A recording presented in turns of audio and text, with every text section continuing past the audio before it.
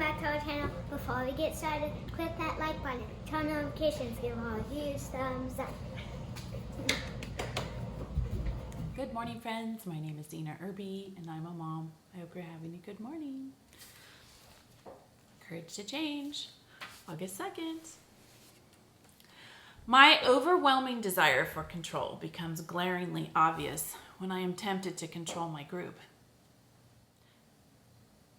I decide that I know what is best for all of us, or that I am the only one who truly understands the traditions, or that I know what newcomers need to hear, and I alone must make sure they hear it.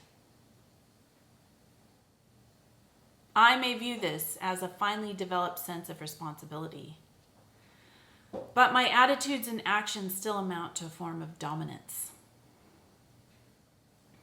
The second tradition says that for our group purpose, there is but one authority, a loving God as he may express himself in our group conscience. Our leaders are but trusted servants. They do not govern. We strive to conduct our meetings as a fellowship of equals and to practice rotation of leadership. No single member has the right to take charge. When I insist upon having my way, I am tampering with the spiritual nature of Al-Anon as a whole. Just as my higher power guides me in my daily life, a power greater than myself is working within my group through the voices of its members. Today's reminder: I am only one voice in a thriving worldwide fellowship. When in doubt, I will defer to the wisdom of the group conscience. The quote is from Alcoholism, the Family Disease. Quote, "Any attempt to manage or direct is likely to have disastrous consequences for our group harmony." End quote. I'll read that again. Any attempt to manage or direct is likely to have disastrous consequences for group harmony. Courage to change.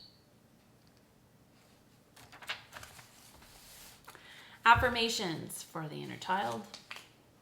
It's on nature. I am connected to the earth and the sky. My inner child is connected to both the earth and the sky. I close my eyes and see my inner child and myself walking slowly, peacefully through a forest. The sun's rays pour through the branches, dappling the ground with pools of light. We breathe deeply, enjoying the smell of trees and leaves, the soil under our feet. We walk until we see a tree we both like. We put our arms around it in a wide embrace, feeling the tree's calm strength penetrate deeply into our bodies. This tree takes its time with life. It's not going anywhere. It's content to grow, nourished by the earth and the sun.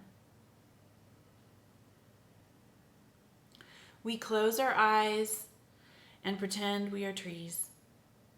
We feel our feet grow roots that sink deep into the earth, tapping natural freshwater springs.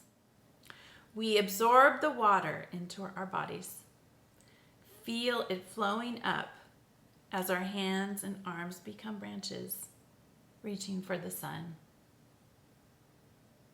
We breathe in and out, secure between the earth and the sky.